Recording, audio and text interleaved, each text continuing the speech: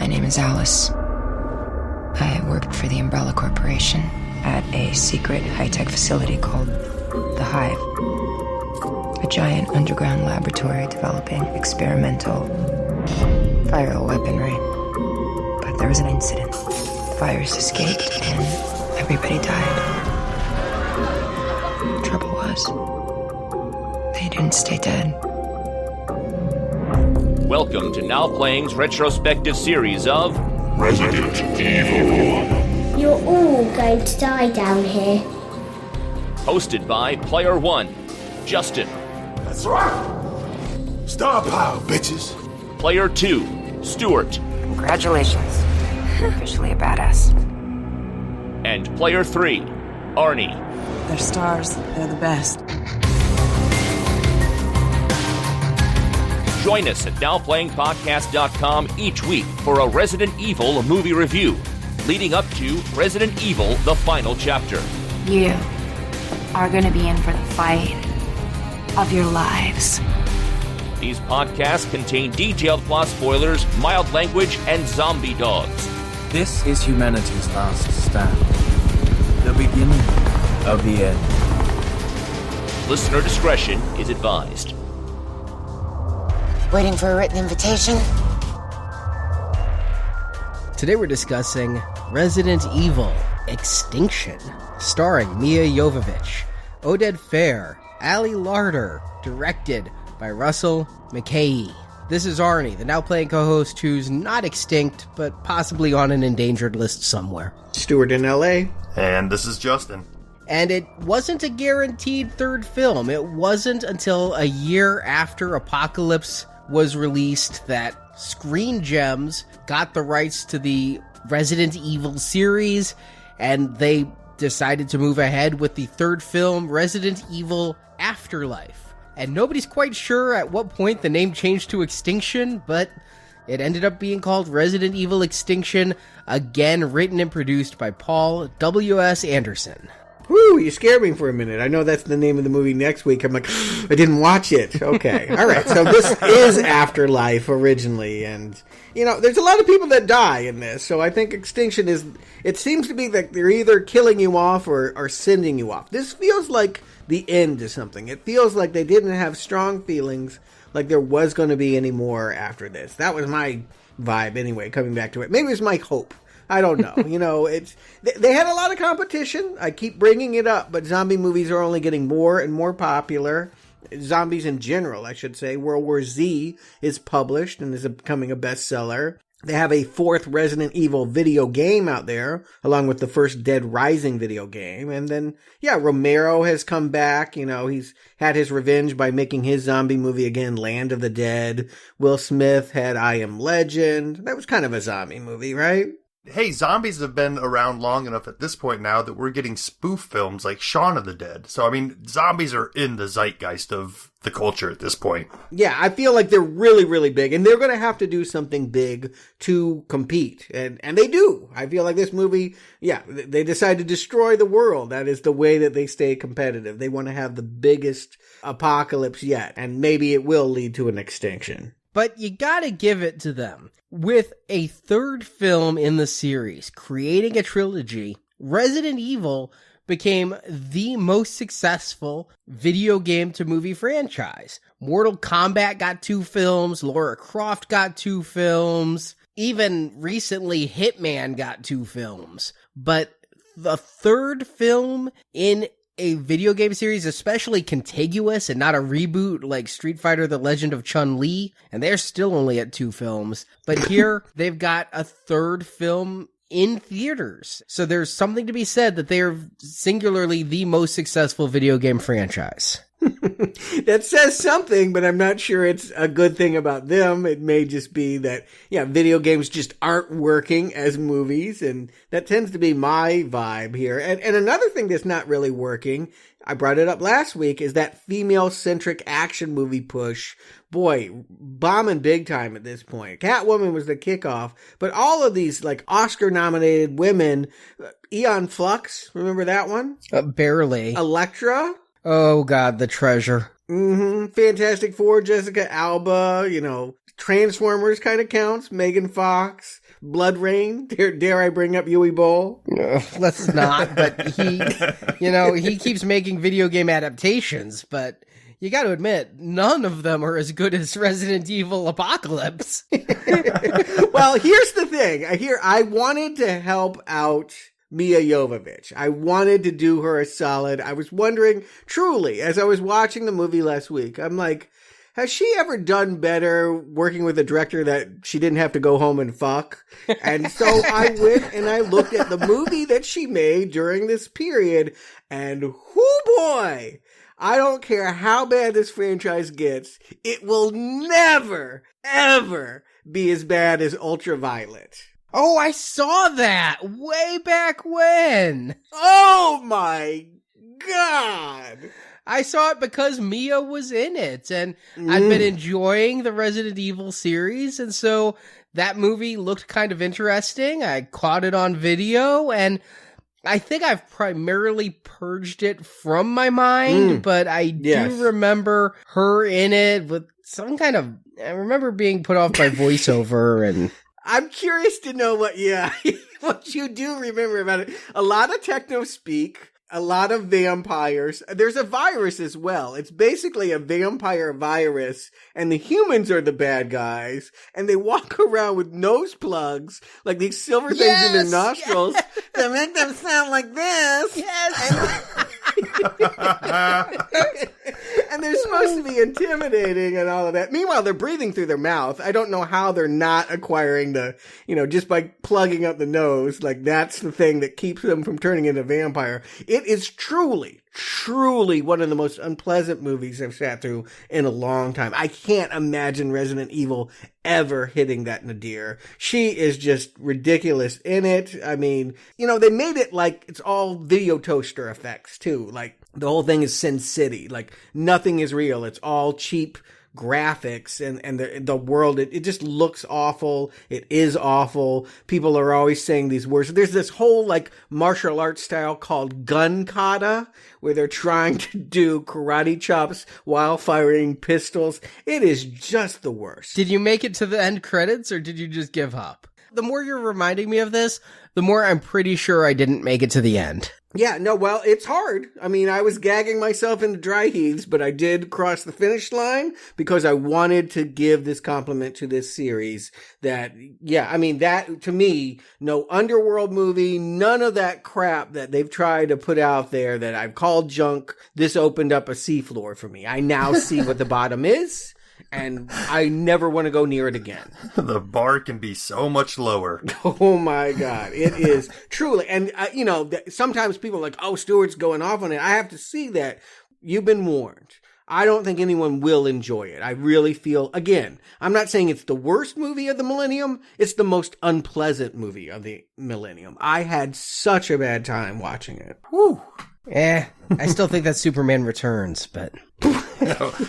Okay, yeah, well, to each their own. The Superman that didn't happen. But she did return for this, and you said director she has to fuck. No, W.S. Anderson off doing other things, not quite sure what, nothing I saw. Despite loving Mortal Kombat and loving Event Horizon and liking Resident Evil, I've kind of just boycotted him post AVP, so I was not following his career. However, he personally handpicked Russell McKay, the new director, because he really was impressed with his work on movies I hate. Oh boy. Such as Highlander 2: The Quickening.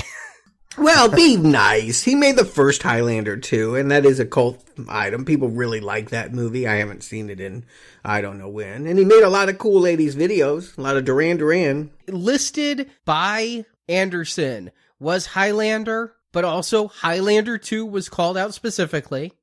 Also called out specifically The Shadow.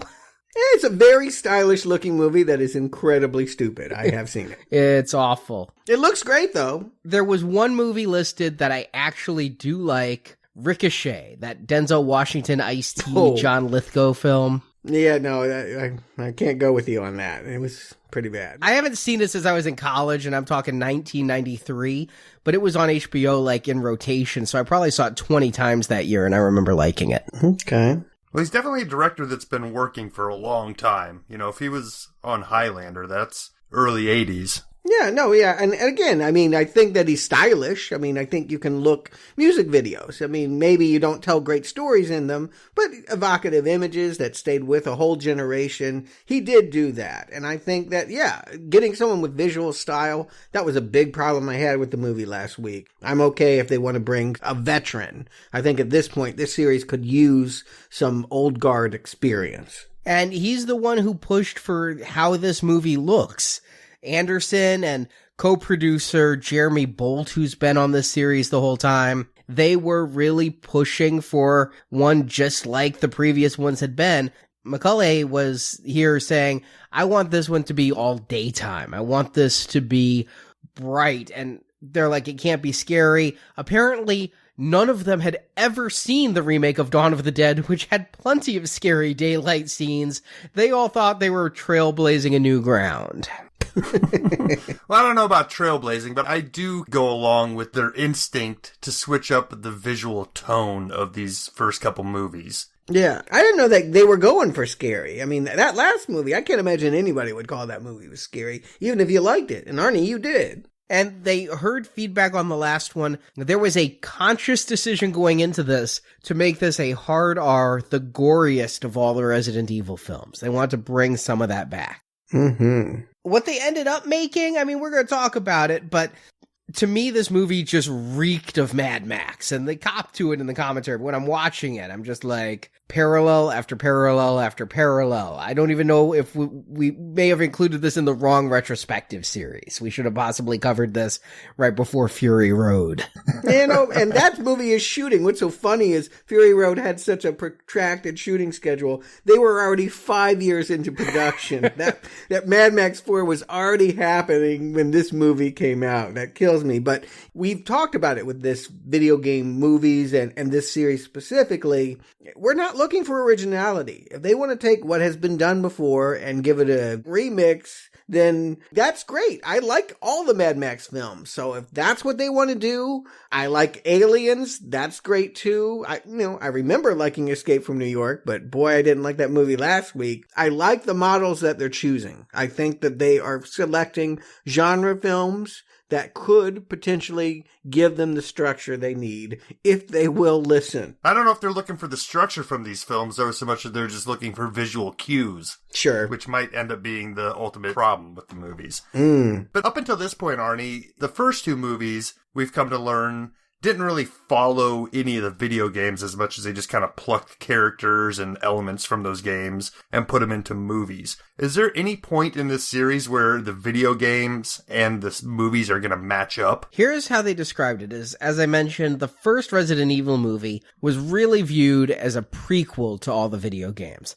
Now, eventually the games made their own prequel with Resident Evil 0 and Umbrella Chronicles, and they've had a very non-linear timeline of progression. But they saw the first movie as being the beginning that wasn't at that time explained. They viewed Apocalypse as basically being parallel with one of the video games, or really it was their adaptation, very loose adaptation of Resident Evil Nemesis. Now, what they're saying is they're going beyond the games, beyond where any of the games were at that point. After all the games are done, after Raccoon City got nuked in Nemesis, that actually happened in that video game as well as in the last movie. When you move past all of that, and you're just in this post-apocalyptic world. So this is now a sequel to all of the games that have come so far. We are going to introduce a character here that is directly from the games.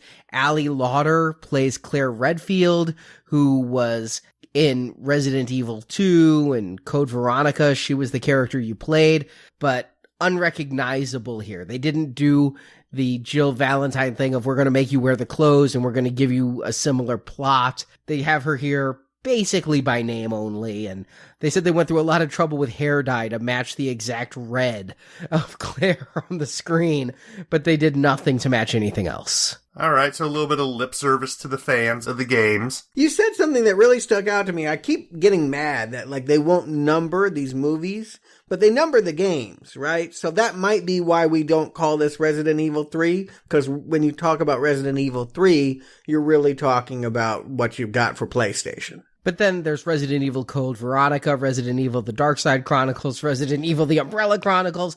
I have to go to Wiki to figure out the order of the games, too. Oh, God. Really? That many? Okay. But there's the main series, and then there's a bunch of prequels and side missions and things. So the main games are indeed numbered. But in the end, it comes down to Paul W.S. Anderson doesn't like numbers. And he also doesn't like matching the titles with what's going on in the movie. Like, shouldn't the last movie been called Nemesis? But they didn't want to use the name from the game. And also, I guess I read somewhere that Star Trek Nemesis was a failure and they didn't want to be associated with that. That's right. That is what Wiki said. Nobody copped to that on the commentary, but they did say they were going to call it Nemesis and then Star Trek bombed.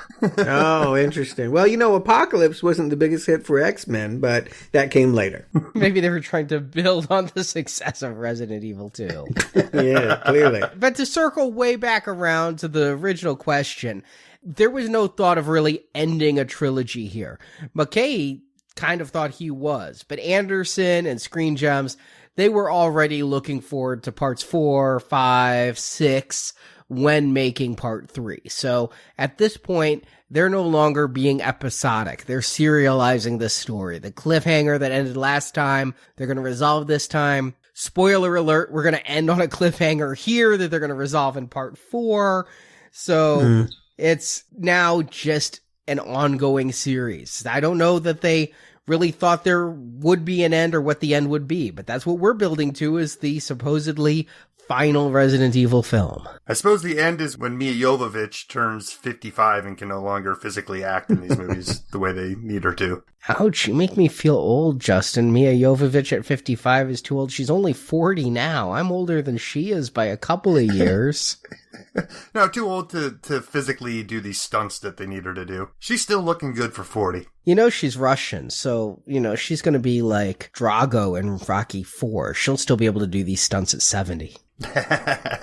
Yeah, I would like to take them at their word that it's the final chapter, but it's another chapter, and one we're getting closer to. Arnie, why don't you give them the plot? We can get through Extinction. It's been 5 years since the T-virus destroyed Raccoon City, but the nuclear bomb didn't stop the virus. It's now gone global and has killed most of the plant life as well as humans. Why didn't it kill it? A nuclear bomb didn't kill the virus? That's an outrageous claim. It's outrageous to think nobody escaped that city.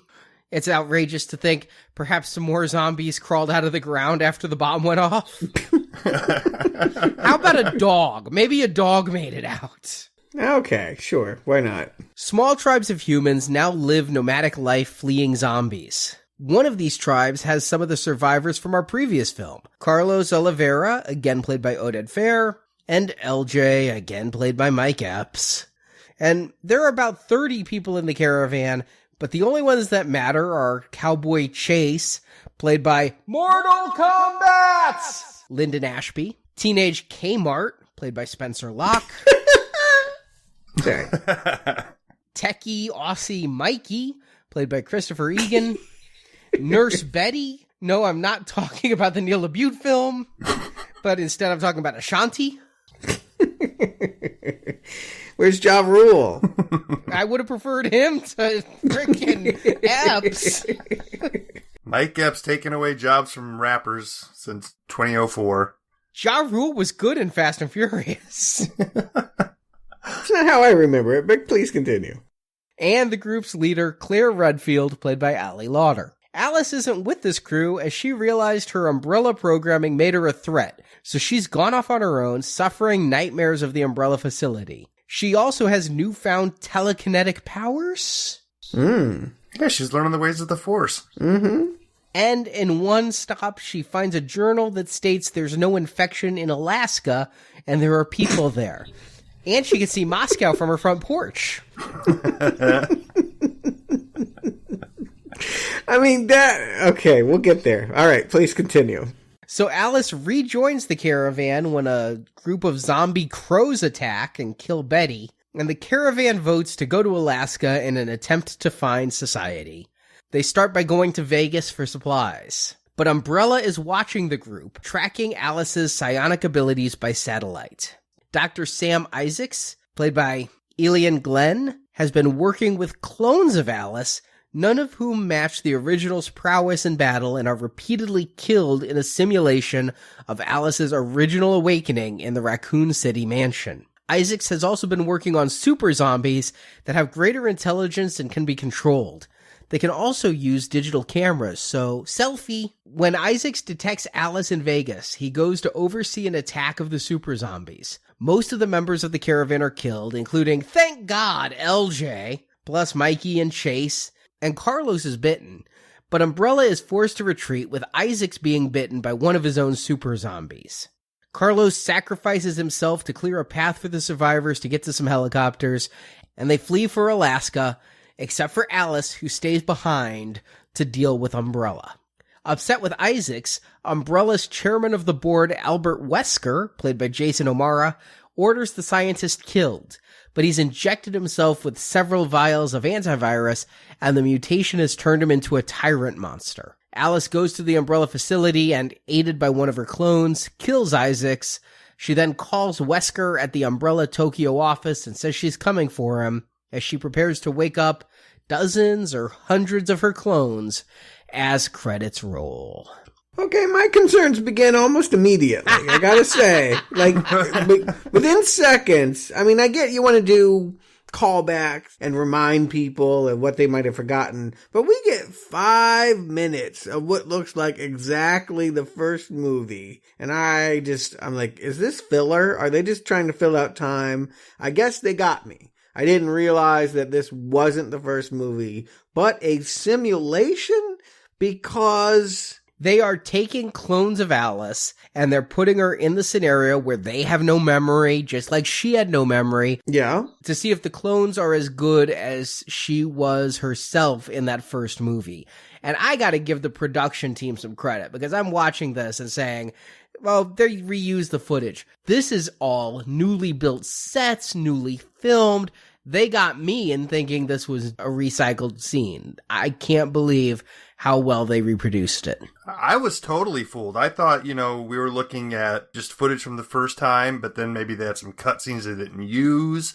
And then I thought she was going to wake up and there's going to be a dream sequence or a flashback. I was waiting for that dream wake up. But I kind of like what they did here. This device is kind of neat, I mean, it's a neat way to do a flashback without doing a flashback, and gives us a little bit of a plot to chomp onto before we jump headlong into zombie carnage. But here's the thing that I'm missing. I get that, yeah, this is a test. What is the result they're looking for? Why would you go to these extremes? Abilities, the same fighting skills as their Alice, their Project Alice.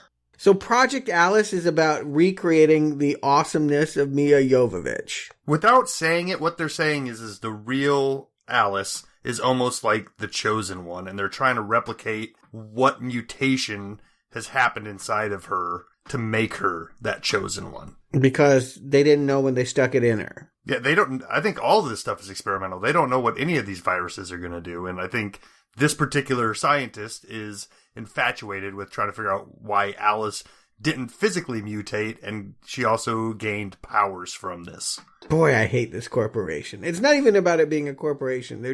They so don't deserve to dominate the world. It's the middle management. I think I keep complaining about that.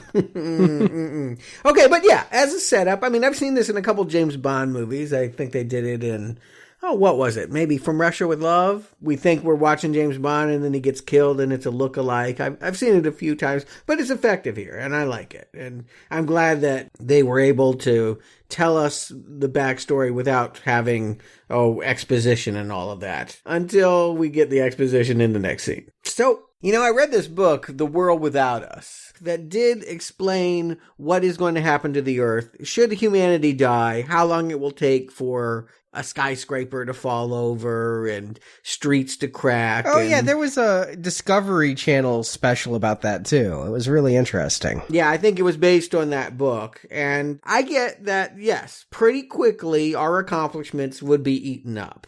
But this is 5 years? 5 years and everything's covered in sand? That's just Las Vegas. The planet's plant life has died, but in other areas, cities still exist. What they've said is that people went to non-populated areas because if you go to Chicago or something, there's just a shit ton of zombies there because there were so many people there. And so they've gone out to the desert where nobody lived and they just stay on the run from zombies. Now, yes, Vegas is overrun by sand. We'll talk about it, but they claim that's very realistic because there are people whose entire jobs are after sandstorms pushing the sand back out of Vegas. And if you didn't have those people, yes, in 5 years, Vegas would be pretty covered. I'm going to have a little bit of issue with the scale and amount of sand that they used in Vegas, but we'll talk about it when we get there. And just to talk about the shooting location, I mentioned last time they shot in Canada in winter and had the girls in really skimpy outfits. Well, they decided to move the shoot this time to Mexicali in the midst of summer, and so every day is like 130 degrees. So welcome back, cast members. You've gone from freezing to frying. So when we see Alice, the real Alice, not the one that's getting dumped in the bin of dead clones, she has become Mad Max on a motorcycle. She is cruising the highways, which are not covered in sand. And I think we see that she's up at Salt Lake City at the start of this movie helping people. She hears a radio broadcast. She comes to their aid. And in fact, it's just a trap that a bunch of hillbillies are wanting to rip people off. I think they're wanting to rape people off. That guy was going for his belt. Well, that guy, but there was a whole family there. I'm not sure. I mean, I was getting a real Texas Chainsaw remake vibe out of this whole thing. Out of the help my baby and the baby's a doll and this whole group of pervy people. I don't know. It was just little hills have eyes going on without the radiation deformities. Mm-hmm. But this part of the movie is where I really thought it was going to go off the rails. Every character in this scene is just so overdone and so over the top that I was immediately taken out. You know, whatever goodwill the beginning of this movie set up with me in having a nicer look, a faster pace, a little bit more tight movement is blown right out of the water when this toothless old lady is just cackling like she's in a movie straight from 1973. It was just, oh. Hey, they were going for a 70s vibe, so congratulations. They got it. Yeah, I mean, I know Omega Man and all those post-apocalyptic movies and Mad Max being one of them and all that. And I get that, yeah, people turn on each other. It gets ugly here, but not a lot of fun to watch. I think what it does is, yeah, when you introduce rape and the seediness of the trap, the fun vibe gets killed pretty quickly here. But I do want to point out something you said, Justin, which is that I do think this movie looks a whole lot better than either of the previous movies, and that is helping me a lot stay with this film, even though, yeah, I don't really like this reintroduction to Alice. I'll agree that I can tell there's somebody with a better eye at the helm. That said, the washed out look they use for most of this ends up grating on me and feels very monotonous by the end of the film. But here, in this scene, I wish that it was setting up more than just society is broken. This has no follow-up later on. It exists only to introduce Alice as a badass because there's no way she should be able to get out of this. But with one kick, she kills her rapist and then is able to take out all these other people despite the fact that they're armed and she's not. But we never have more of this kind of roaming band of bad people. This is, in fact, other than Umbrella, the only bad humans we're going to see in this movie. Oh, there is a payoff, though. She gets those knives. She's going to get a new weapon here. And so, she takes away that. She's got one for each hand. And we also get our, zombie dog moment. They get it out of the way early here, that she's actually to be torn apart by them as a game, I suppose. And she turns it around and has the zombie dogs take out a few of the hillbillies. We also get our first, what I feel is going to be quite a few Star Wars references here. We're kind of skipping over that she not only killed that first guy, but then they knock her out and she wakes up basically in a Rancor pit surrounded by dogs for their amusement. They're watching and cheering on, and she has to escape that pit. So, she gets out of there kind of luckily, too. I mean, I wasn't sure if that was her plan or whatnot, but she ended up tying some wires around a few of the dogs who ended up pulling a few bolts out of a structurally unsound bar that took the whole place down. Gave her a way out and brought things down. It was very crafty. I thought it was cute that she just put leashes on the dogs. Mm-hmm. And the leashes are made out of electrical wire that should be frying them. But she's talented. I'll give her that. Alice can do a lot of things I wouldn't suspect. And you said that they kind of reduced violence on the dogs. Here you get a really gory dog impaling with the guts flying at the screen.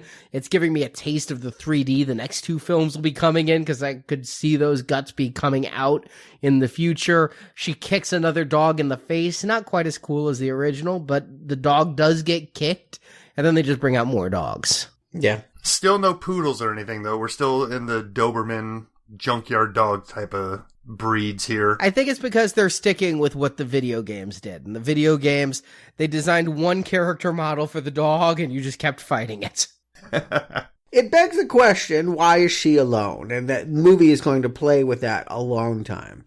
A long time. And yet, I don't feel like it ever really pays off. When we left the last movie, she had the Umbrella logo flashing in her eyes. She'd been quote-unquote rescued by her friends. Jill Valentine, gone from this movie. I guess she was busy making Aragon. Oof. Maybe she just didn't want to come back, and that's a convenient excuse, as there's another actor in this movie who was also in Aragon. But that's hilarious. Then I'm unavailable. I'm shooting Aragon. All right. Well, we have your co-star. Maybe he was a more minor role and it didn't conflict shooting, but. And so I expected that when we picked up, she was going to be a bad person, at least for the beginning. Maybe the plot of the movie is turning her back to the good side, having her break her conditioning or her programming.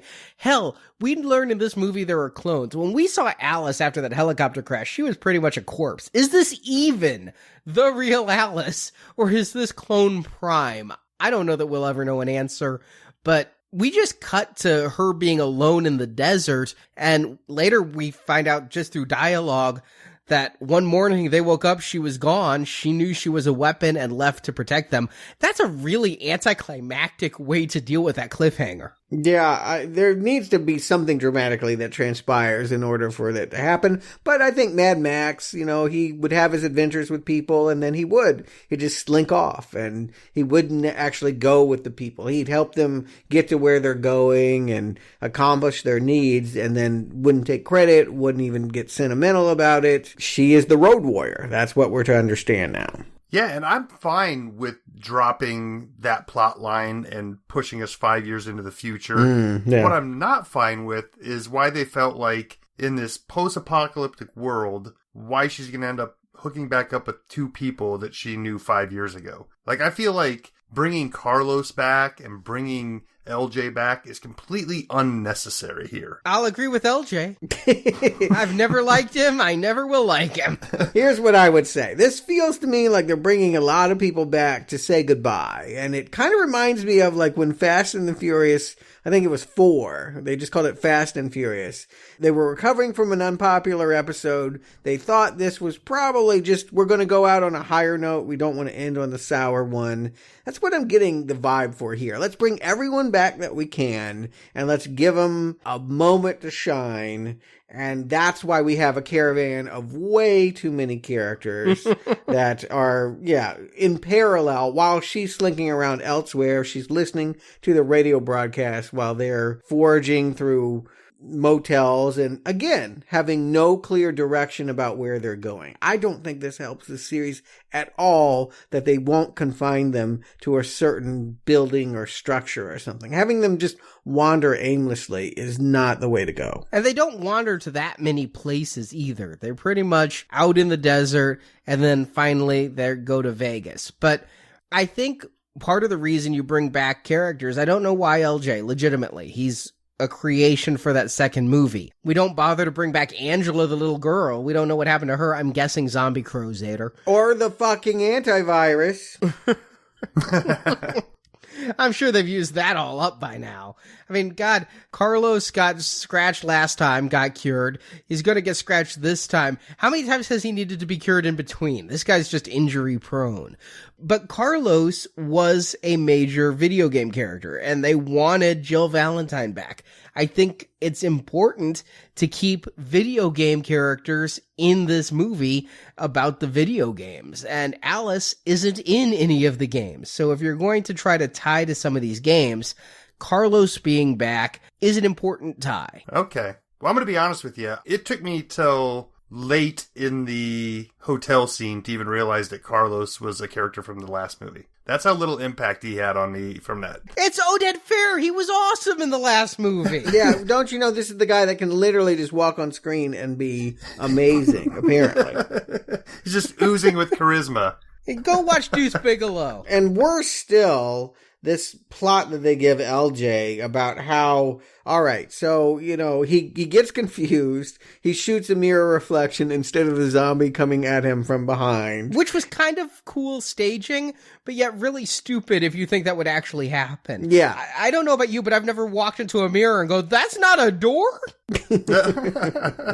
I've seen it happen. There was a legitimate jump scare there for me, though. That first zombie gave me a legitimate jump. The sheriff zombie? Yes. Yeah, but come on. I mean, this whole thing of like he gets bit and not tell them, and then I think days pass. Like, I don't know when he's going to turn, but they really milk that, much like Alice wandering the desert. I don't know when it's going to get to where we all know it needs to.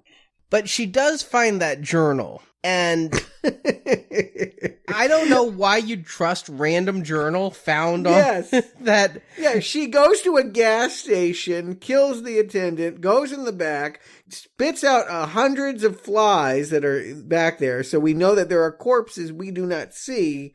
They have a homemade cut out, you know, it looks like a scrapbook, really. I guess you would trust it because they know where the Umbrella Lab is. And since that ends up being true, the fact that they're talking about Sanctuary in Alaska must also be true. I guess I'm not so far down on the idea of being nomadic until finding the perfect place to settle down in the apocalypse. I mean, I'm guessing neither of you guys are really into Walking Dead. I like the comic. I used to watch it. I gave up after the girl came out of the barn. I was just like, that took way too long. Oh, yeah. Sure. That was long. But, I mean, outside of all the things that they put in the way of the group we're following, all we're doing is basically wandering around looking for a place to settle down until it all goes to shit. So I'm okay with the idea of, you know, once the whole grid has gone down, just wandering around looking for the good place or a sanctuary. And, you know, what else have you got to do than try for it if somebody might have put plans together? See, I'm very much in the what else have you got? They even have that conversation of, you know, maybe Alaska's got sanctuary, maybe it doesn't, but at least it gives us hope and it gives us something to do instead of just driving around and slowly dying every time we stop. And they did this in Beyond Thunderdome. I remember the kids wanted to go to Sydney because of something, some cave painting or something. I can't even remember. Don't think I wasn't writing in my notes, did they fly to Sydney when they leave Alice behind and we never see them again and they take a helicopter? I mean, that's going to be really cold. Even if it is a sanctuary, they're really going to regret not being in a motor vehicle, but okay. I think after the 130-degree temperatures, they might enjoy it for a while.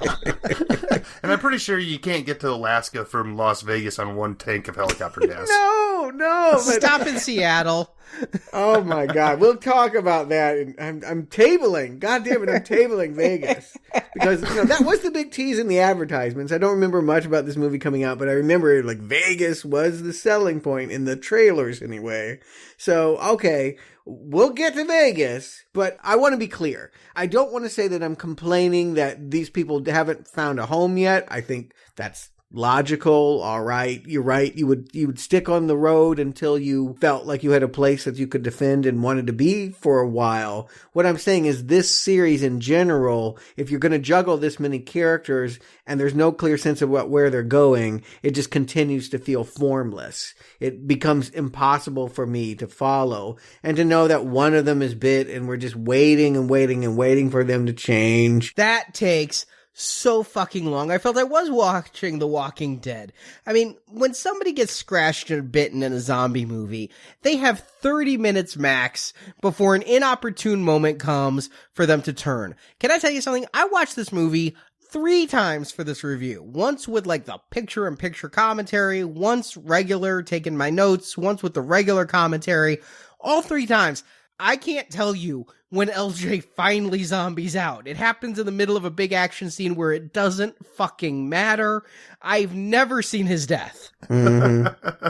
Yeah, and I mean, he never really zombies out. He just kind of turns green or purple. Yeah, and gets thrown out and shot in the head real easy. I had to fast forward to look on a 4th viewing for that scene.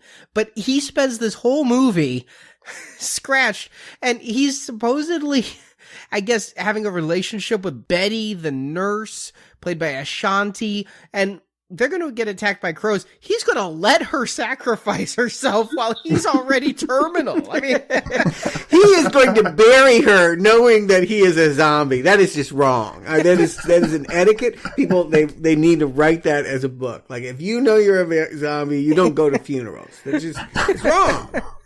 Yeah, I mean, if he was supposed to be a good character, he shouldn't sit there the whole time coughing and retching and going, "It's the pork and beans." Yeah, but that's just one character I hate. Can we talk about another? Not yet. I want to stay with him for a second because on one of the commentaries, they were discussing Oded Fair, saying how he went to Anderson and said, "Thank you for such a great death." And the producer then said, "Yeah, another actor, I won't say who, came to me with all these different ways that he was just scratched and can he live?" He wanted to come back for another sequel. Well, who got scratched? Oh yeah, you, Mike Epps. Get the fuck off the stage. Yeah, it almost feels like Mike Epps is back just because he hounded somebody on the production team to let him back in. Because, I mean, this whole beginning feels like even the wranglers of this movie feel like there's way too many characters to deal with, and they cannot wait to start killing them off in droves. Yeah, I'm trying to figure out who matters. I know Ali Lauder matters because I've seen the Final Destination movies, which were out by this point, and later, of course, she'd be in Heroes very shortly after this film. She's set up as the leader. I know Oded Fair matters because he just oozes charisma. The rest of them, yeah. All right, now, Stuart, let's go to your favorite Special K. Oh, boy. Kmart. I mean, I do feel like this must have been a tough audition to be able to be like, okay, you hate your name and you were found in a Kmart being attacked by shopping zombies and you allowed other people to just refer to you from now on as that embarrassing bankrupt discount retail store that everyone in the 80s, including Rain Man, made fun of. Did she say she hated her name? I thought, like, they didn't know her name and they found her in Kmart. No, she knows her name. She never liked it, is what she said. I don't know what the fuck it is. I mean, how could it be worse than Kmart? Again, you know what? I said Special K, but wasn't there like a rapper named Special K around this time and a vitamin C?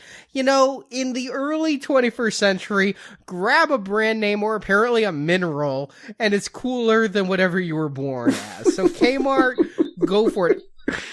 I get the sense that she is either a daughter figure or a lover figure for the other blonde, but I don't...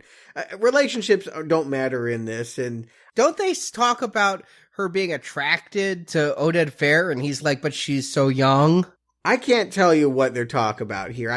The only relationship that I can really pick up on is LJ and Betty, and I watched some of the cutscenes where they're even like another retail plug, but they talk about how he used to work in a women's shoe store at Walmart. I'm like, well, at least that got cut. Did he say Walmart? I saw those scenes. I just heard women's shoes, but yeah. But I don't know how they could just go through a whole movie with a character named Kmart, but not saying she's having a blue light special because she's half off.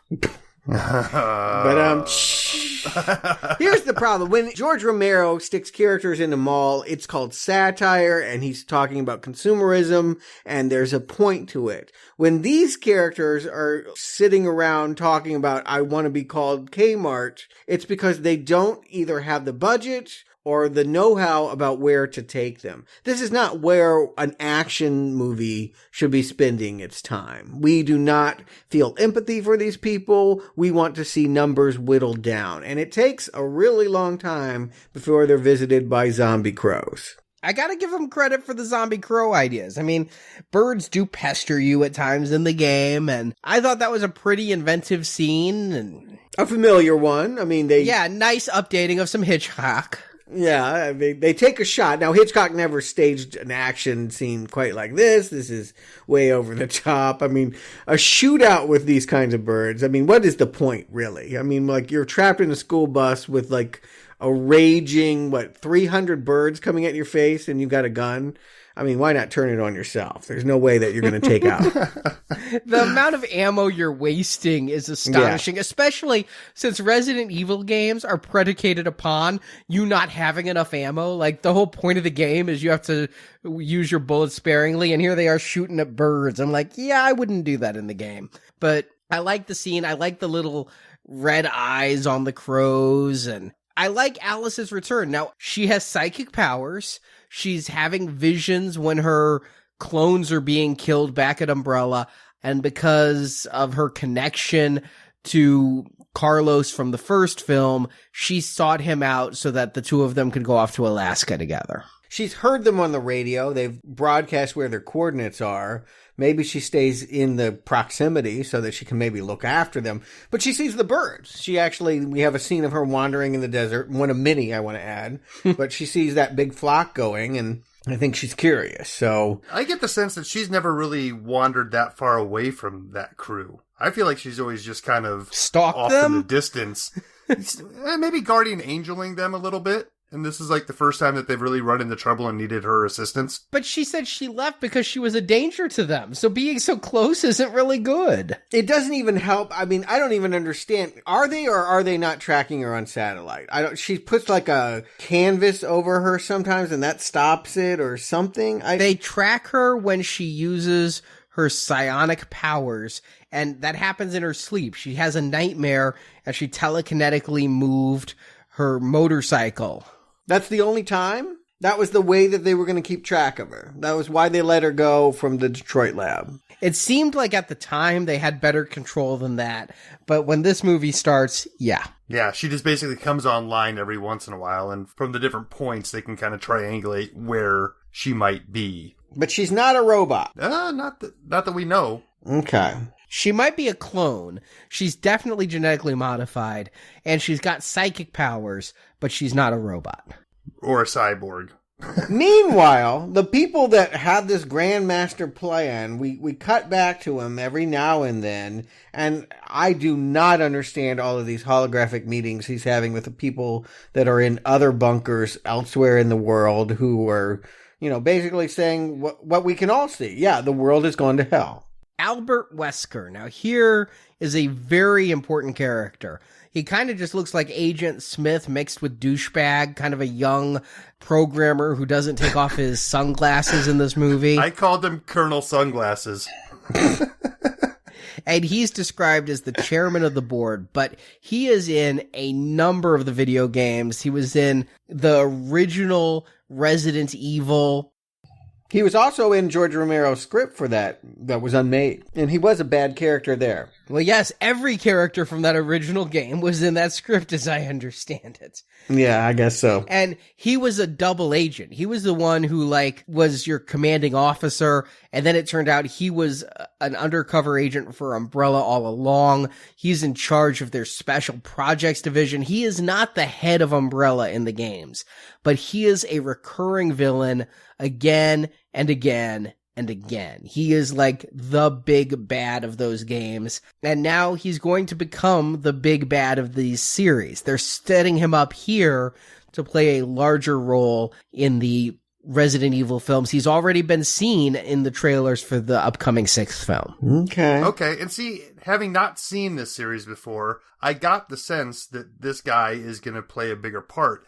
And in the previous couple movies, or especially the last one, I was complaining that Umbrella felt like it was all happening from just like lower level people, and we don't really know what's going on above them. And even though I don't think this, Colonel Sunglasses is the tippity top of Umbrella Corp, I feel like he's higher up than anybody we've seen before, and maybe has some sort of, I don't know if a master plan is the right word, but at least trying to get his arms around what's going on. Yeah, if he's got a plan, he's hidden it really well. I don't know what the hell these people hope to do. I know that she's having psychic bursts, and he's like, well, is it 100% that it's her? And the other guy be like, well, not 100. He's like, well, then don't go.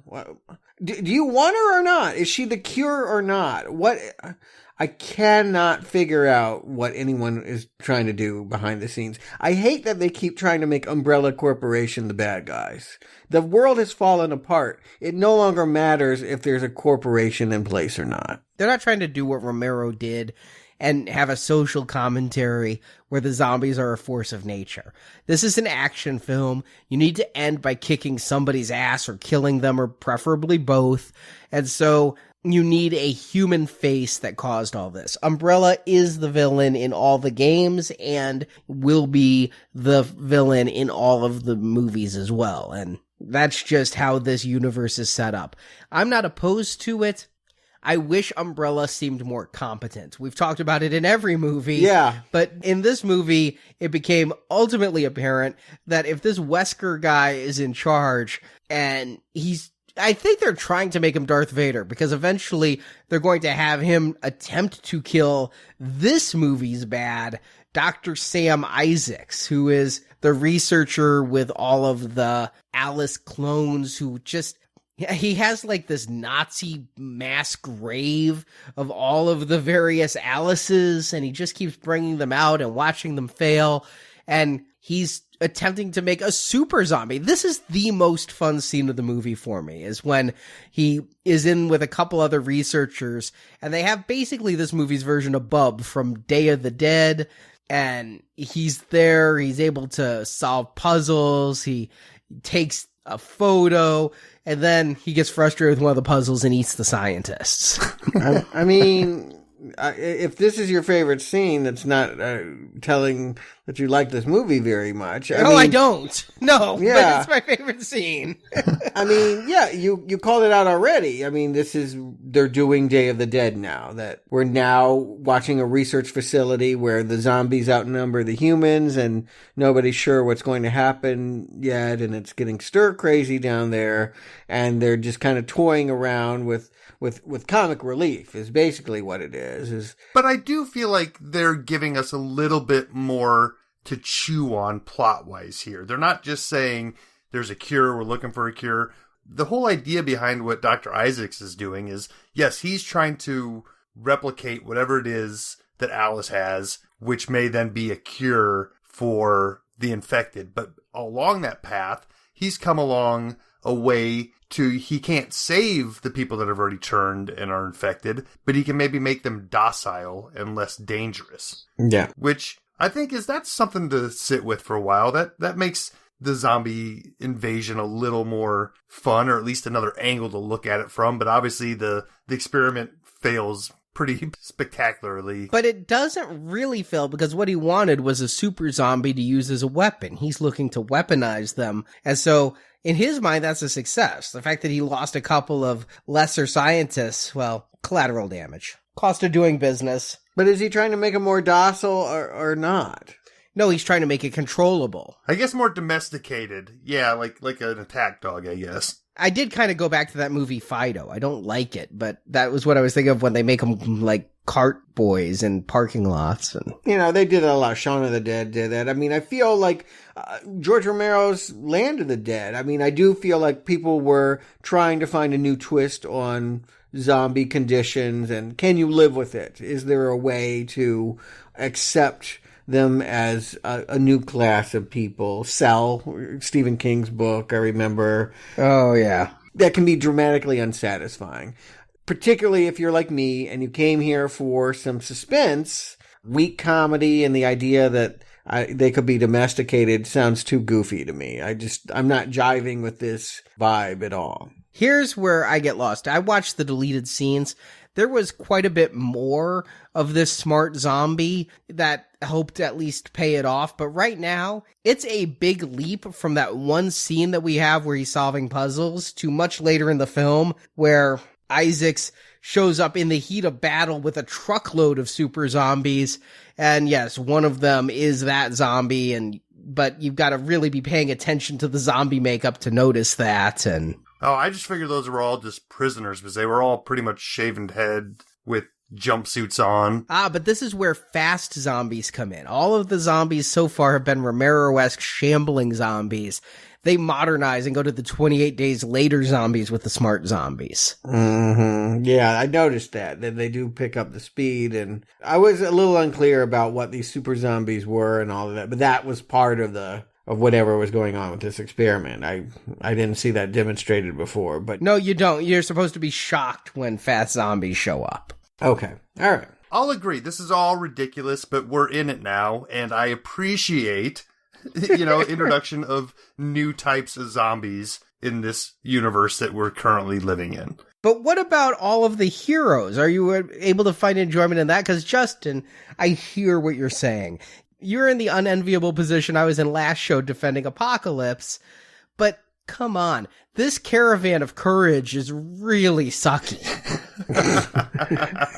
I'm not going to sit here and defend any of these characters, but I will say, as a whole, they all seemed individual enough that I could tell them apart, much more so than in the last movie, where I think most of those characters just kind of bled together, and by the end of it, I didn't care who lived or who died. This time around, I feel like they're all individual enough that I can at least have an investment visually with who's who. Really? Because I'm going to test this. Pop quiz, motherfucker. Who is Chase? I know. Okay, I don't know if I know their names, but visually... Was he the school bus driver with the newsy hat? Yeah, he was the cowboy. Yes. Oh, okay. That makes sense. Chase is kind of a cowboy name.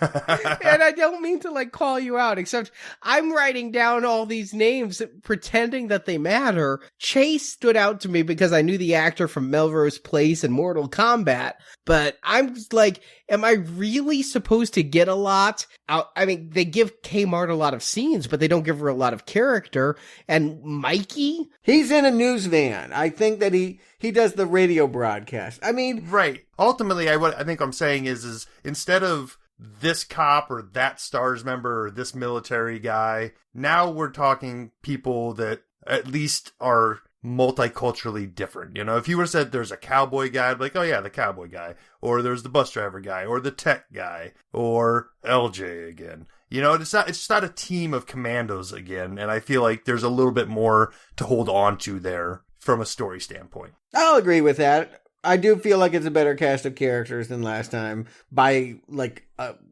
modicum, barely, you're barely moving anything, but it's an inch in the right direction, but not enough for me to be excited that I want them to get to Alaska. And this whole idea that Alice doesn't want to go, but is going to help pump gas. This is stupid. They have to go to the Luxor for gas? How are they driving around if they have no gas? And, forget the sand coming in. They have pushed the casinos together much more closely than they are. Let me tell you, you think you can walk that strip, but there is a mile distance between each casino. I have walked that strip. It is long and hot, but I have walked it.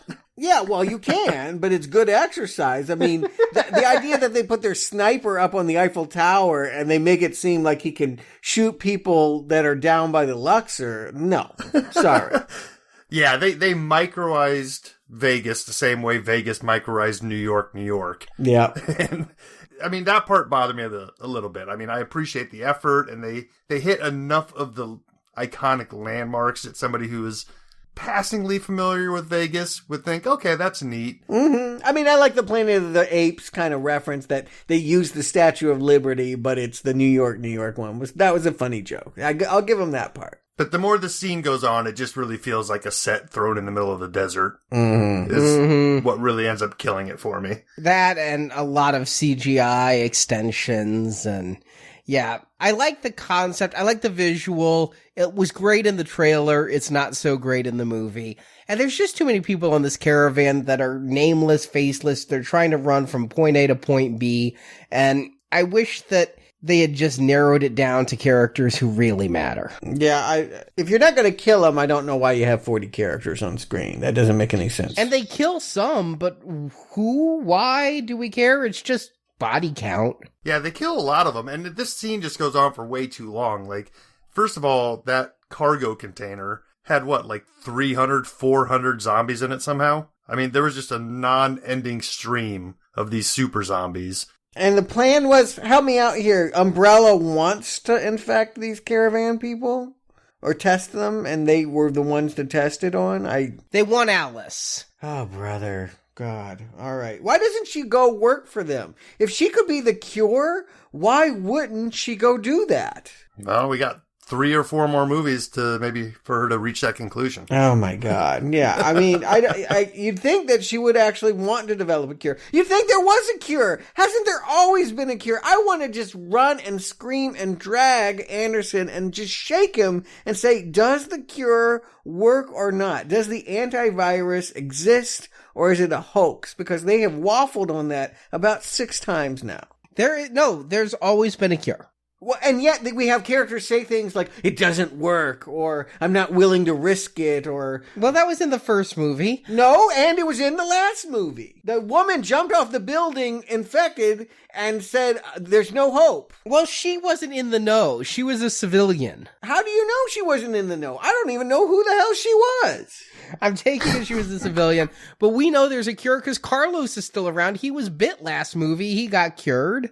Yeah, exactly my point, that if a cure exists, the fact that he's trying to create a cure with these clones and all of this shit, I know that it's a different thing, the super zombie thing. Again, I'm really frustrated because their villains are so bent on the worst impulses that, yeah, he's not going to be a scientist that's going to try and help humanity. He's trying to think of a weapon because, of course, what are we going to do is have a war after everyone is dead. That's just the most important thing you could develop right now. I'm sure there will be a lot of contracts around the world for people signing up for super zombies. Actually, at this point, I think a weapon would be the most important thing, to find a weapon to protect you from the zombies. If you have a super weapon that can protect you and your, fiefdom, then I think you'd make a lot of money by people who want to survive and are wealthy. I don't know exactly what you do with money in a post-apocalyptic society. Or how you print it, or, yeah, exactly. It has no value at all. Right. And I think I follow the impulse Stuart's following here, because they're not even setting up that, since the planet has been decimated and taken over, that just even basic resources are becoming scarce. That should maybe be what, Umbrella is all about, is gathering up resources and making sure that they can have food and just basic necessities. But you're right. Why are they continuing to perfect the zombie? I think they have bigger things to worry about. Yeah, it's really stupid. You know what's really stupid? Is if you're a research scientist who decides to go into the middle of a goddamn battle zone to see how well your weapon works instead of just watching on a monitor. Well, he gets punished for that because we have this kind of strange scene where Alice has stopped. She's like a robot and they turn her off and her eyes go all Umbrella-y, and then she decides to send her psychic powers up into the satellite and destroy the microchip and run up and, well, she doesn't really hurt him. She just kind of chases him into the chopper and then a super zombie hurts him. Right, because we don't want Alice to be bad and hurt humans. Is that the point? I couldn't figure it out. I don't know. I'm kind of guessing. Yeah, she wanted to save the helicopter so they could use it. Yeah, they do have to go on a helicopter run later, so... I don't know why they have 6 vehicles. Why not get the gas? They have a gas tanker and they're going to ruin it in the next scene. They're like, oh, let's sacrifice the thing that will carry the most gasoline. Great idea. Well, because they're going to fly there. Have you tried to drive to Alaska when chased by zombies? I imagine you're going to fly in that helicopter. That's the plan. And there's so many survivors. How do they all get in one helicopter? Yeah, I mean, I'm thinking about when they left Vietnam. Like 30 people hanging off of this thing. Give me a good luck to you. You might as well just drive into the ocean. Yeah, I thought I missed something at one point. I thought all the kids on the bus had maybe died or that bus blew up or something. But nope, they pop up again when it was convenient after all the fighting's done. Like, the kids were never in danger. I think Kmart and Claire and, a bunch of school children all survive. And then everybody else, not so much. I was surprised they killed Carlos because I honestly had this belief coming out of the last movie that everyone's dead unless you're in a game or you're LJ. And Carlos, being such a major figure in the game, he gets bit again, but they cured him last time, and Alice is all like, we'll cure you again. And he's like, no, just give me a stick of dynamite in the tanker. I'll go and sacrifice myself. And admittedly, no cure is readily available, but I didn't expect them to kill him. Plus, he's my second favorite character of the series so far, so I'm sad to see him go. But now we're in a series where cloning is a real reality, and so nobody's ever really dead. Like, I can see any of these characters that have been killed off popping up later on in the series. Just for the sake of popping up, because it's a video game. You hit restart, and your guy's back to life. Well, we've now seen that they have cloning capabilities that are pretty quick and effective. I mean, we have at least 200 Alices. You're telling me that LJ may not be dead? That is like the worst news I've gotten all damn day. I don't think anybody would have cloned him. He's useless. Ashanti can come back and sing the theme song. That'll be great. I'm so excited. I mean, damn, he lost 2 G's in Vegas back in the day. Mm-hmm. What was that line? Who wrote that and why was it said? You know what? He's not coming back. He's too busy playing Uncle Buck on the Uncle Buck TV series. Canceled. Oh shit. Maybe they'll make another Friday movie and he can be in that. But yeah, he sacrifices himself. And I mean, if you didn't get fucking Mad Max, by the time a tanker's being driven up to some gates, you had to see it. I mean, if you've ever heard of Mad Max, you've seen this. Yeah, and again, I like that they're doing movies that I like, and that should be fun, but it just is so dumb. It's just such a dumb waste of the character, and I guess I didn't understand that they were flying a chopper to Alaska. You can drive to Alaska, by the way. I know, but it takes a while, and there's zombies. Yeah, which is why you would take a lot of gasoline. But hey, go your own way. Good luck to you guys. Goodbye, kids. Well, I do like the way he goes out. I like the explosion. And if you're going to go out, I agree with the actor. It's kind of a cool way to go that his sacrifice allowed the survivors to all fit in one helicopter. Yeah, sure. I mean, hey, and it worked. It worked for me. You're right. He sacrifices himself, and it made me realize that this guy was a major character. Up until this point, I wasn't really sure, but I'll give it to him. You finally see what I see with Oded Fair. Well, I'm not going to go that far. But yeah, I mean, it was a fun scene. But you know what? Don't you feel like, what happens in Vegas should stay in Vegas? Like, the fact that we have to go to the underground bunker feels like a climax too far. Like, we should have finished it all up. Gas or no gas.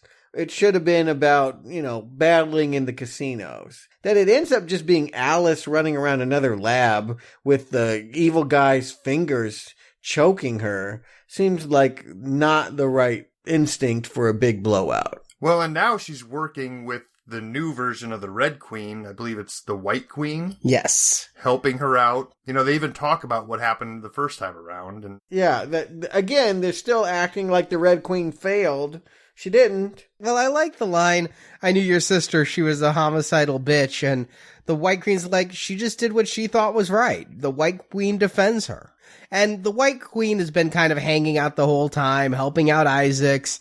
not as good of an actress for the White Queen as we had with the Red Queen. This one, I could even tell a couple of times they spliced some of her performances together and some of her line deliveries, but I think you've just got to have a British kid in a Resident Evil movie. That's what I'm going with now. Are they going to do this every time? I know we see more children. I don't know if it's every movie, but I know we see more. You know, this climax is what told me that I never want to see Hollywood do Akira. Akira was one of my favorite comic books, and it was about psychic kids that, yeah, they go all crazy and fight, you know, kind of monstery things at the end here, and they've optioned it a million times, and I always think, oh God, if only they'd make it. And then, you know, it probably would just end up looking like this shit. I mean, this climax is lousy. Don't tell me that you love this monster. This monster actually is okay for me because this is the final boss from the very first Resident Evil game, and then they became a pretty constant enemy in the others. They call it just the Tyrant monster. I kind of thought the Tyrant was all the mutant classifications, but no, this is the Tyrant, half human, half whatever, shooting out his tentacles. I'm not a fan of Isaacs as a villain, but here, when he's got those tentacles going and the fact that he's mutated because of the super zombie plus the anti-serum, I kind of feel a little bit ridiculous when he's like, I no longer need you, Alice, as the future of humanity. I'm the future of humanity. I'm like, so the future of humanity's not getting laid a lot, but... This character is, like Arnie said, ridiculous. I mean, he looks ridiculous and he acts ridiculous, but I'm going along with it. They gave him enough of a reason for why he looked like that. He was infected, and instead of, you know, just taking the cure that you're always looking for, Stuart, he took way too much of it. And this is the result. Well, he needed it because of the super zombie infection. He was infected differently. Well, he said he needed it. We don't know that. He may have gone too far. All right. Right? I'm just taking him at his word, but I don't know why. He's Umbrella. I can't trust him. Right. I think he might have just got power hungry at some point during that, taking the cure. But yeah, this ends up in a boss fight. But, you know, if we're going to go to a boss fight and end a video game, I appreciate some of the callbacks. We end up back in the laser grid hallway this time. Yeah, because he's unkillable. And no matter what she does, he keeps coming. When they get back in that hallway, I knew where they were going to go, and I love it. And she also has woken up one of her clones at this point to help her. And they've already done some face pasting in these films. I don't know why they have to do old school split screen where every time you see one, you only see the back of the other's hair. But I was really thinking, because she says we're both going to die, I thought it was the clone sacrificing herself. But I guess it was the real Alice and the clone was outside and she was the one who activated the grid. Yeah, I would have thought that would have been the White Queen doing that. Like, she was all about helping, so I don't know why she wouldn't have been the one controlling the grid, but apparently a laptop just outside is all you need to... A Sony Vaio, specifically. Oh, geez, there's so much Sony product placement throughout this movie. I'm not loving the idea that she's going to be with a whole bunch of clones of herself. This is really where they're going. That's the setup. Well, you got to admit it's a hook, right? When I saw this initially, when it first came out on video, this was the last one I watched before my marathon. But I saw this one on video, and I remember thinking, there's no way they're going to pick this up. This is going to be like when the next one comes, oh, fooled you, all the clones died.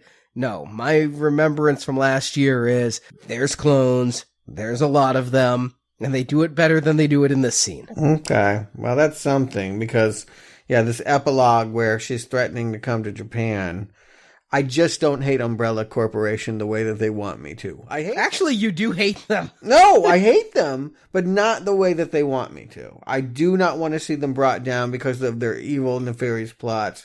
They'll destroy themselves. You don't need to go after them. Their incompetence permeates everything they do. Yeah, and with no economy to rule over, I guess there's really no reason to fear them. No, but she's going to hop a helicopter, or I don't know, she can't take the ones that went to Alaska, but she'll figure out a way. We never see that Alaska crew again. Tell me that isn't some bullshit. They fly off to Alaska. These caravanning characters mattered so little. It's bye Felicia, and they go to, they're never thought of again. Yeah. I'm okay with that. And I'm not even sure who survived, to be honest with you. I'm pretty sure Claire, did Kmart make it? Yeah. Oh, yeah. All right. The cowboy died, LJ died, the bus driver died, the techie guy died. A bunch of nameless people died, but Kmart and Claire and... I smell spinoff. They could meet Dollar General. I forgot all about them, but I kind of liked this idea of going to Alaska as a pipe dream. And like, maybe they got on the helicopter and it crashed and they just never made it. That's, all they wanted was hope. They didn't want a destination. Or I like the thought of them flying over Sydney in the little whirly-doo from Thunderdome. The foot pedal. Yeah. Gyrocopter. So Justin Stewart, do you recommend Resident Evil Extinction? Justin.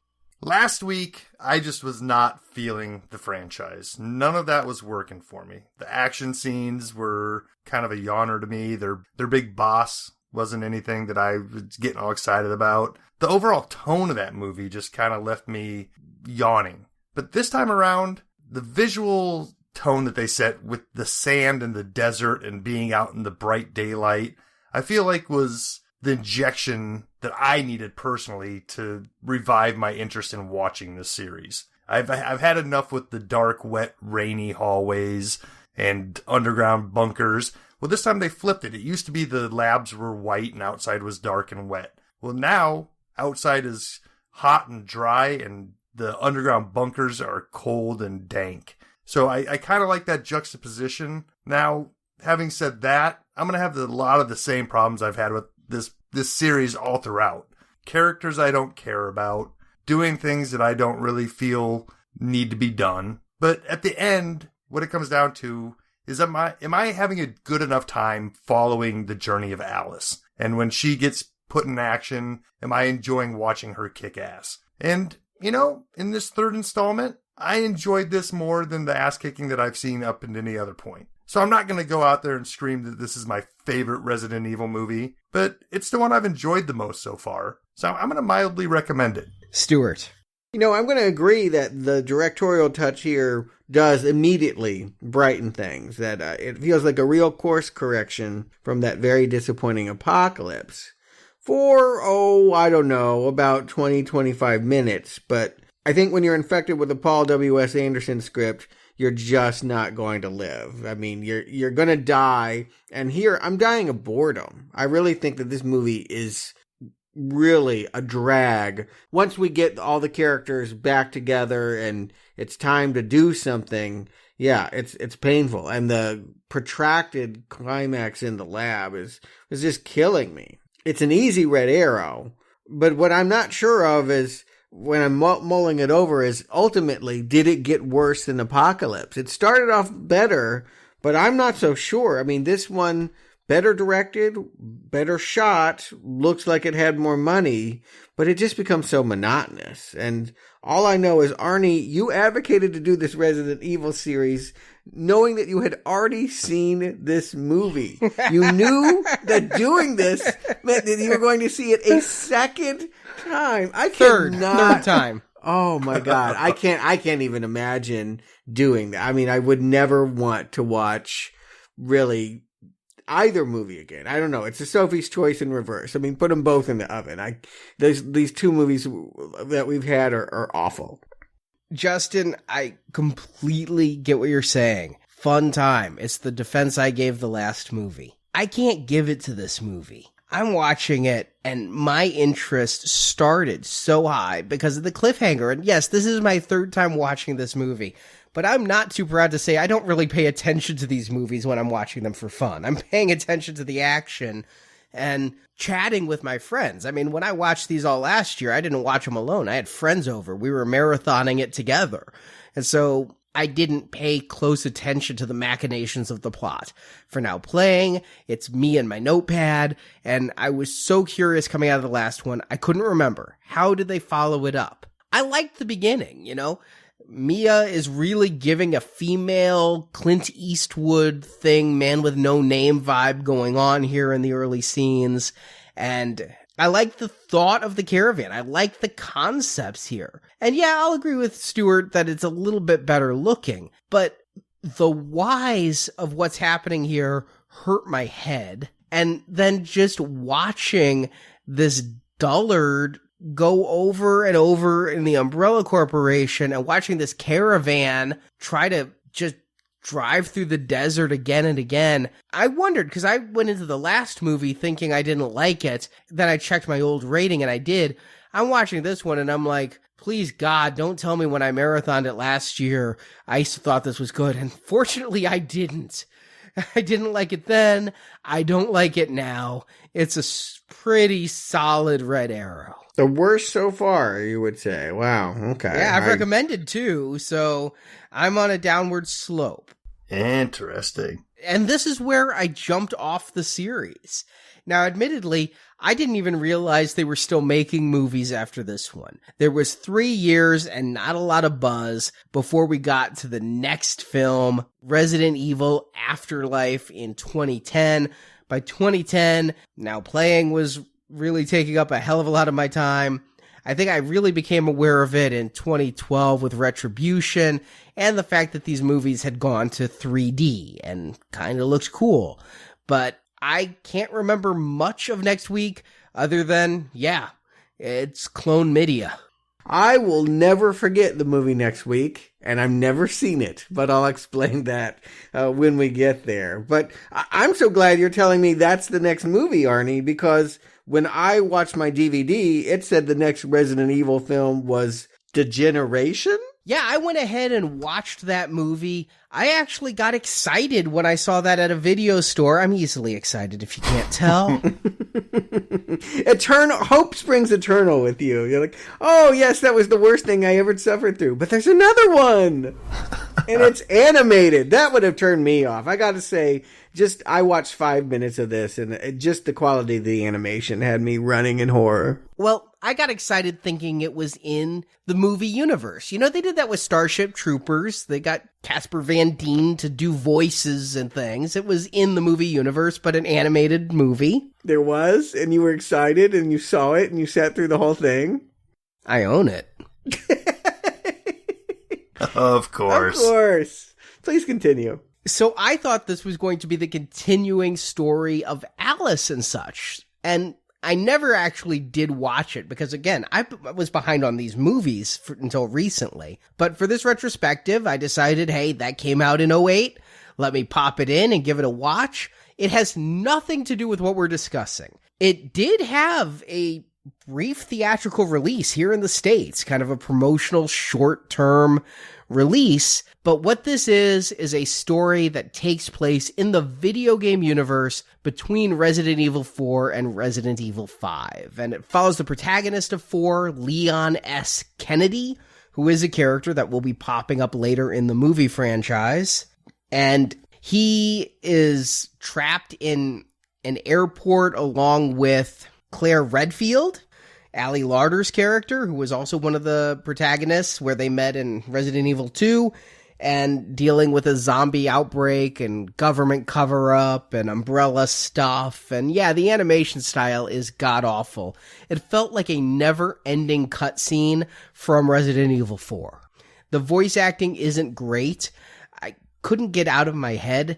Alison Court plays the voice of Claire, but she was also the voice of Jubilee in the 90s X-Men cartoon, so I just couldn't not hear that. And I couldn't believe how long it went. Like halfway through the movie, I'm like, hey, there's the big action-packed climax. No, there's 45 minutes left. Can you tell any reason why anyone should bother watching it? Is there something revealed about a video game character that was impressive, or was there a really clever scenario in which they escaped a zombie? Anything good? There's some pretty decent fight scenes with these computer characters, and they do try to do cinematic things with it. I think the opening is pretty cool in the airport. Oh, whoa. I saw the opening. Okay. Well, thank That's you. the best part. Oh, wow. Okay. Well, then I saw what I needed. You asked me to pay compliments. I'm giving it what I can. It's a strong not recommend. The only reason to watch it, I've looked at this very seriously, and it gets down to how deep does your fandom go? Like, I'm thinking about Star Wars. Your average person is going to watch the Star Wars movies and maybe not even see things like Rogue One that aren't episode numbers.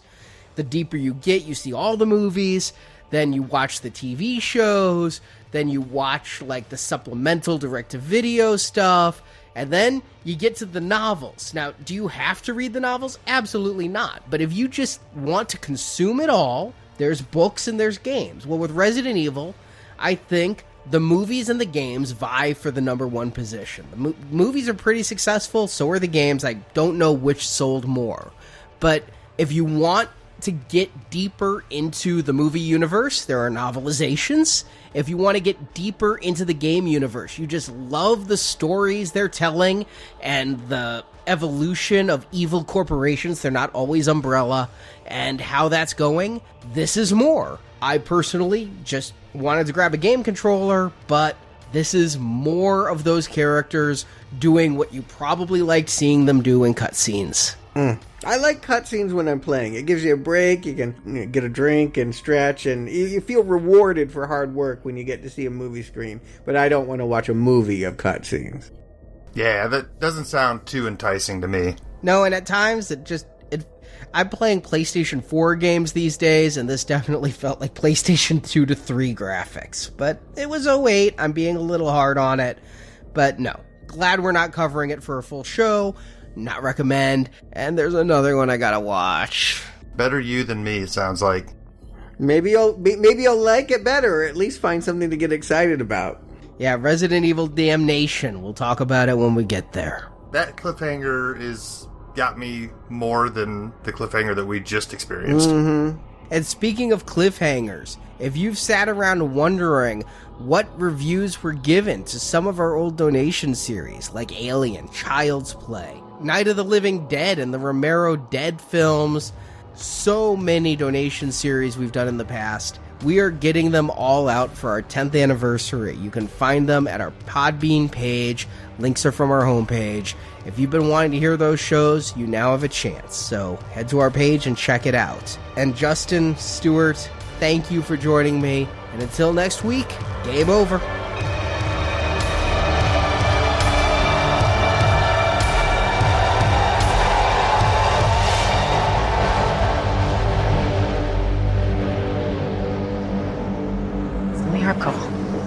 I never dreamed there would be this many of us left alive. So what's next? I say, we live up to the promise. This is Arcadia, broadcasting on the emergency frequency. There is no infection. Repeat, there is no infection. We offer safety and security, food and shelter. If you are out there, we will help you. There is hope. Thank you for listening to this episode of Now Playing's Resident Evil Retrospective Series. When I get out of here, I think I'm gonna get laid. Yeah. Might want to clean up a little bit first. We hope that you've enjoyed the show. I'm missing you already. Would you like to continue? Come back to NowPlayingPodcast.com next week to hear another Resident Evil movie review. One way or another, our world is coming to an end. The question is, will we end with it? And visit the NowPlayingPodcast.com archives for reviews of other films including Blade, Hellboy, The Shining, A Nightmare on Elm Street, and more. I've been a bad, bad girl. Find hundreds of movie review podcasts at NowPlayingPodcast.com and come back each week for another new movie review. For so long, I thought you were the future. I was wrong. I am the future. Also at NowPlayingPodcast.com/book, you can order Now Playing's film review collection, Underrated Movies We Recommend. This book has 125 reviews about films you probably haven't seen, but you should. Good thing we like a challenge. Want to take part in the discussion? Join the Now Playing hosts at our forums, where you and the other listeners can give your thoughts on this movie review.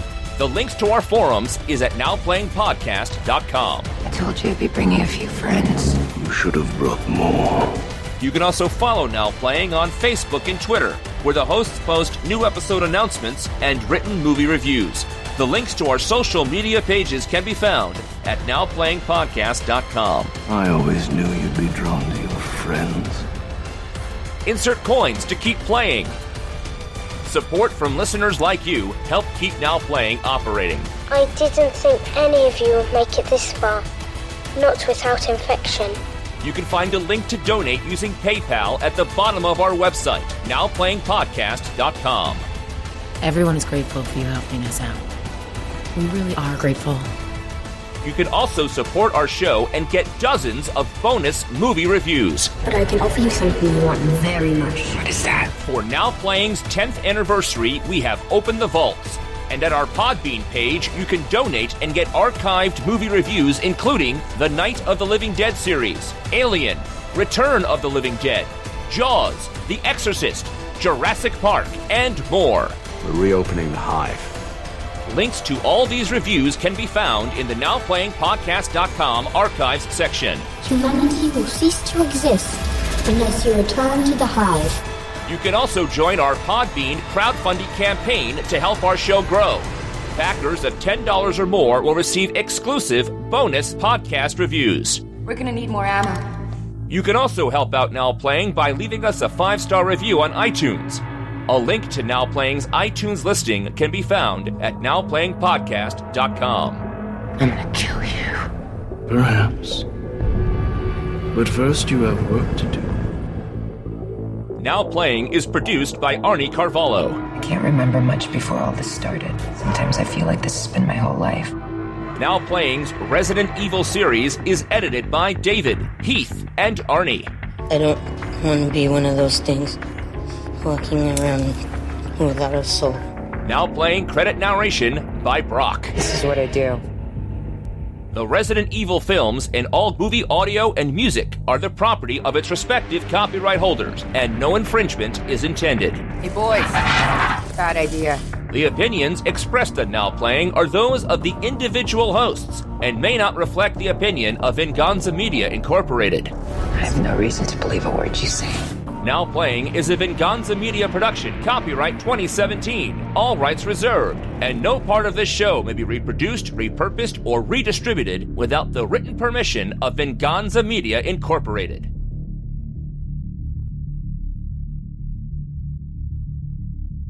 I want her quarantined, close observation, and a full series of blood tests. Let's see if she's infected. Take her to the Raccoon City facility. Then assemble the team. I want to know what went on down there. Just do it.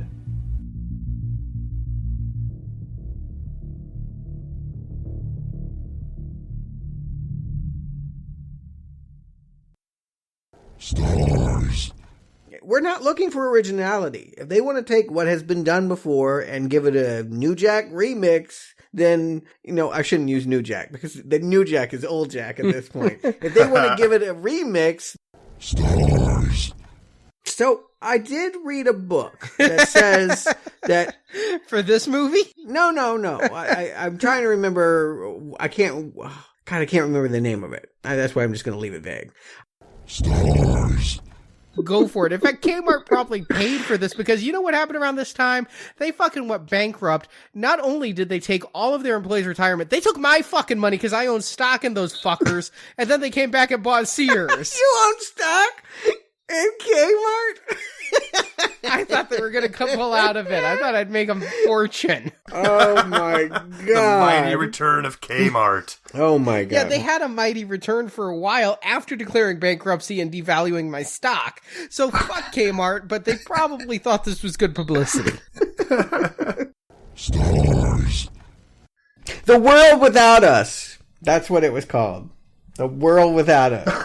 That's the name of the fucking book. Well, that's a little late.